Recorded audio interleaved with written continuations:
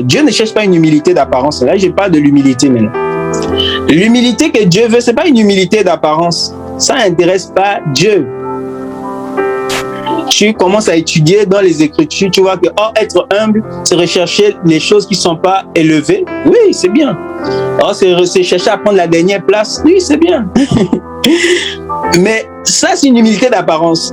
Tu peux être modeste, te vêtir modestement, être très poli quand tu parles, mais tu es un bon orgueilleux. Tu peux ne pas être comme un pharisien, tu peux rechercher la dernière place, mais tu es un orgueilleux. Parce que l'humilité que Dieu cherche, c'est dans le cœur. Ce n'est pas une humilité d'apparence. Donc, Matthieu chapitre 11, à partir du verset 29. Prenez mon joug sur vous et recevez mes instructions, car je suis doux et humble de cœur, et vous trouverez le repos pour vos âmes. Doux et humble de cœur. Le Seigneur il a précisé que sa douceur et son humilité venaient de son cœur. Ça vient même de la nature, de l'intimité de son être. L'humilité que Dieu cherche, ce n'est pas une humilité d'apparence, mais c'est l'humilité qui vient du cœur. Voilà. Donc cette humilité-là doit être manifestée. Notre cœur a été régénéré à la grâce du Seigneur. Nous avons reçu l'humilité du Seigneur dans notre esprit. Souvenez-vous, Dieu a dit, il dépose sa loi dans l'esprit et il doit l'écrire dans le cœur. Et il écrit comment? Au travers le ministère. Donc l'humilité qui est dans l'esprit doit remonter au sein de notre cœur. Parce que je n'ai pas une photo pour montrer un peu comment dire, l'esprit, l'âme et le corps. Comment différencier ça? Parce que l'Écriture différencie l'esprit, l'âme et le corps. Selon 1 Thessaloniciens chapitre 5. Donc, l'Écriture dit que le Dieu de paix vous sanctifie lui-même. Et que l'esprit, l'âme et le corps. Donc, il parle de l'esprit, de l'âme et le corps. Donc, la sanctification doit toucher ces trois éléments. Et l'âme ici, c'est ça le cœur en fait. Et donc, Dieu va vouloir que l'humilité qui est en nous, voilà, par son esprit, puisse se manifester dans notre âme. L'humilité, je ne l'ai pas prédéfinie, c'est la nature même de Dieu. C'est le fruit de l'esprit. C'est pourquoi aucun orgueilleux ne peut dire qu'il marche dans la sanctification. Il s'abuse lui-même. Parce que l'orgueil, c'est un grand péché. Dieu a la haine pour l'orgueil. Et un orgueilleux ne peut pas marcher dans la sanctification parce qu'il ne marche pas dans l'humilité. L'humilité fait partie du fruit de l'esprit. Quand on parle du fruit de l'esprit, c'est simplement la nature de Dieu. C'est la nature de Christ en nous. Et donc, l'humilité aussi fait partie du fruit de l'esprit qui doit être manifesté. Et cela, il faut que ça soit formé dans notre âme.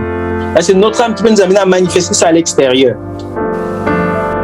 Et donc, en assemblée, justement, nous avons besoin de manifester ce fruit de l'esprit. Ce fruit-là, laissez le fruit se manifester. Laissez la vie de l'esprit se manifester en fait. Donc, on va prendre un passage, justement, je vais finir par là, si le Seigneur permet, dans Philippiens chapitre 2, à partir du verset 3. Philippiens 2, à partir du verset 3. Ne faites rien par esprit de parti ou par vaine gloire, mais que l'humilité vous fasse regarder les autres comme étant au-dessus de vous-même. Que chacun de vous, au lieu de considérer ses propres intérêts, considère aussi ceux des autres. Ayez en vous les sentiments qui étaient en Jésus-Christ. Existant en forme de Dieu, il n'a point regardé son égalité avec Dieu comme une proie à arracher, mais il s'est dépouillé lui-même en prenant une forme de serviteur, en devenant semblable aux hommes. Il a paru comme un vrai homme. Au verset 8, il s'est humilié lui-même, se rendant obéissant jusqu'à la mort, même jusqu'à la mort de la croix. Verset 9, c'est pourquoi Dieu aussi l'a souverainement élevé et lui a donné le nom qui est au-dessus de tout nom. Amen, gloire à Dieu. Donc si je viens en fait pour nous exhorter comment manifester justement l'humilité en assemblée, en fait. L'Écriture nous dit, en fait, que Christ, je prends Christ parce que c'est notre modèle, hein. C'est l'exemple que nous devons suivre. Et l'humilité véritable, justement, c'est lui, c'est sa nature, en fait. L'orgueil, quand on parle de l'orgueil, on voit Satan. Si on parle aussi de l'humilité, voyez Christ, direct. Humilité, Christ, direct. Quand on me parle de l'humilité, je vois Jésus. Parce que c'est la nature de Christ, en fait. C'est la nature du Messie. Et l'Écriture nous dit que cette humilité-là doit être dans le cœur. Dans le cœur. Doit être formée en nous. C'est pour ça que je nous encourage vraiment à mettre cet enseignement, tous les enseignements qui vont passer là en pratique, tous les enseignements que nous allons écouter, recevoir, à croire déjà, parce que c'est au moyen de la foi que Dieu opère cela dans notre âme, et à pratiquer cela.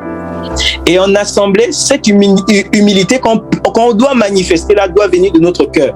Parce que quelqu'un peut avoir l'apparence de la piété, il peut sembler, comment on peut le voir, on peut se dire, ah c'est un frère humble, hein, mais il n'est pas humble parce que son cœur, Dieu voit son cœur. Dieu a dit aux pharisiens, Jésus a dit aux pharisiens, Dieu connaît vos cœurs. Oui, Dieu connaît nos cœurs, les amis. Dieu connaît chacun de nos cœurs. Si nos cœurs sont humbles ou orgueilleux. Et donc l'humilité, l'exemple d'humilité qui est Christ, l'Écriture nous montre comment il a manifesté l'humilité. Et ça nous encourage aussi à manifester l'humilité de la même manière.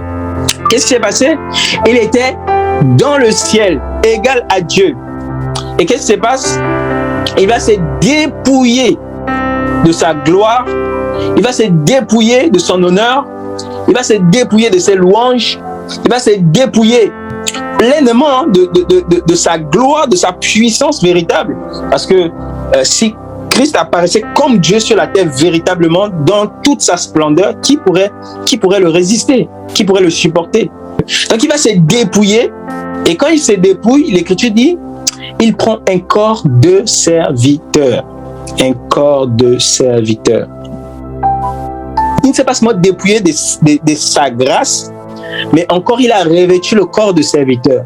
C'est ici où je nous exhorte en fait à comprendre comment manifester l'humilité, amener l'humilité à se manifester dans l'assemblée.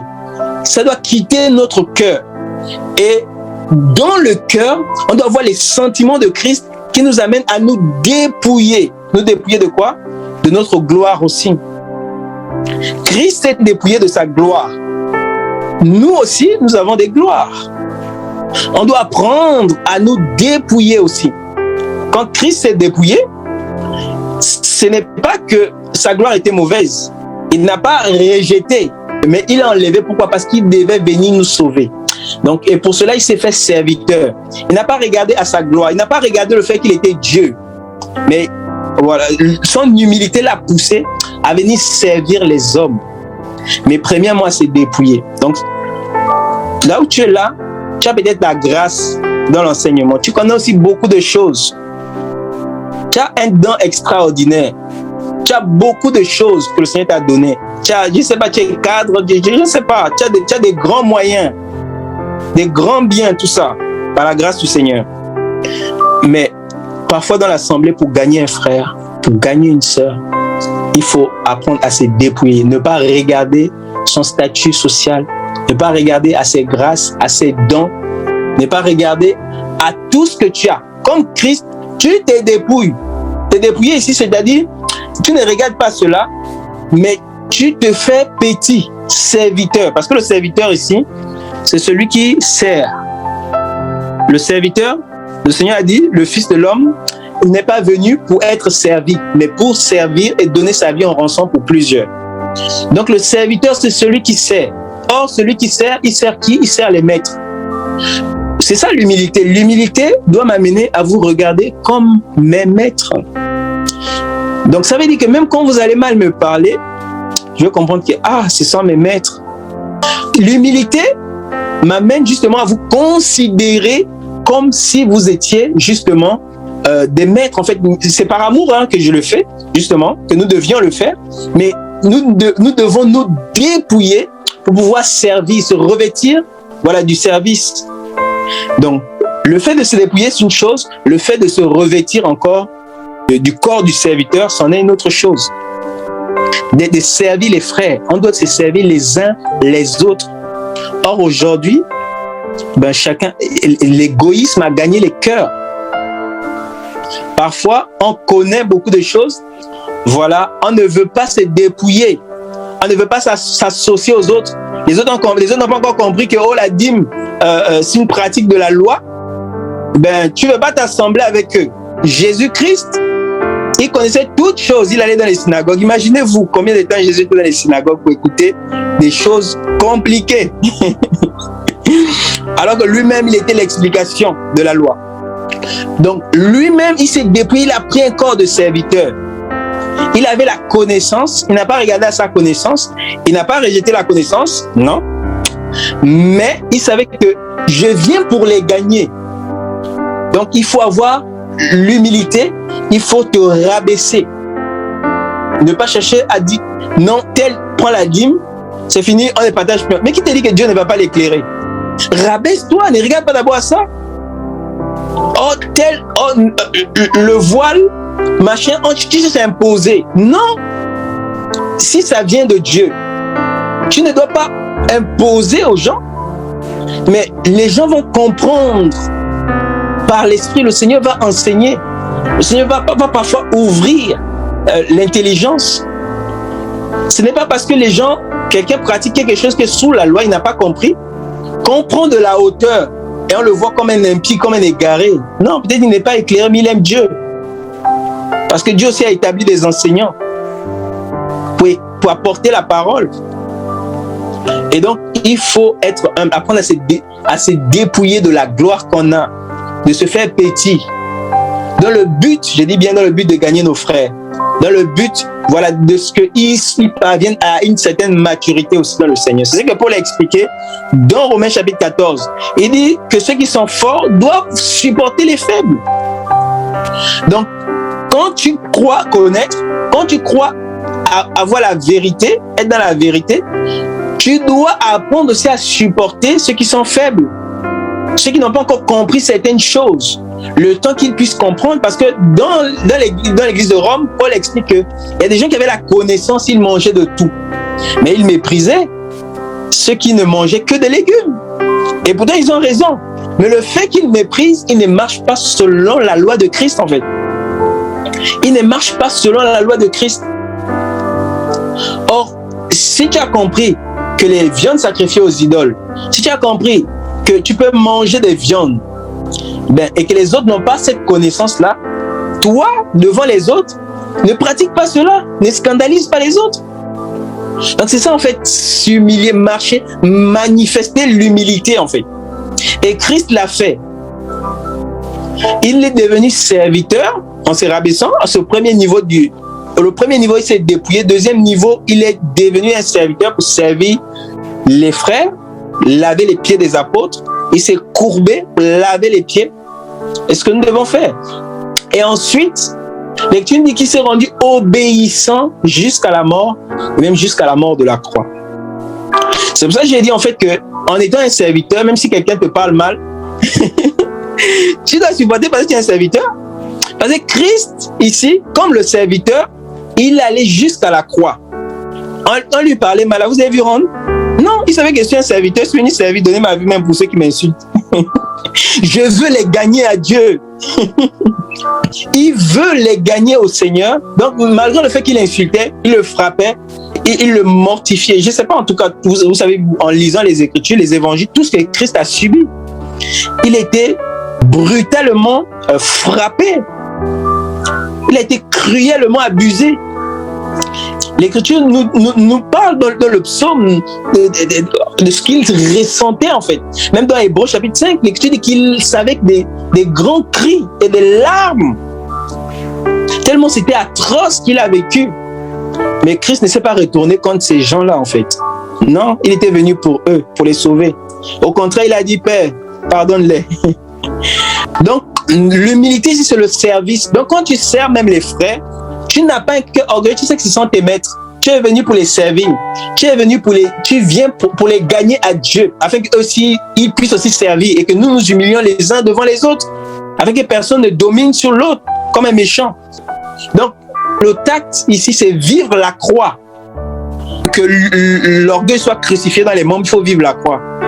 Il faut croire, oui, mais vivre aussi la croix. C'est descendre comme Christ, servir, accepter d'être insulté sans répondre. L'orgueil ne va pas se manifester. Au contraire, tu vas manifester. L'humilité que Dieu a mis en toi va croître. Donc, Christ est descendu jusqu'à la mort de la croix. Et l'Écriture dit que Dieu l'a souverainement élevé, lui a donné, voilà, le nom qui est élevé au-dessus de tous les noms. Donc, c'est ça en fait. Donc, l'orgueil, j'ai fini avec ça. L'Écriture nous dit l'orgueil précède la chute, l'humilité précède la gloire. Le Seigneur a dit aux pharisiens dans Matthieu chapitre 23 que celui qui s'élève sera rabaissé et celui qui s'abaisse sera élevé. On voit que Christ ici, il s'est abaissé lui-même. L'Écriture nous dit qu'il s'est abaissé lui-même.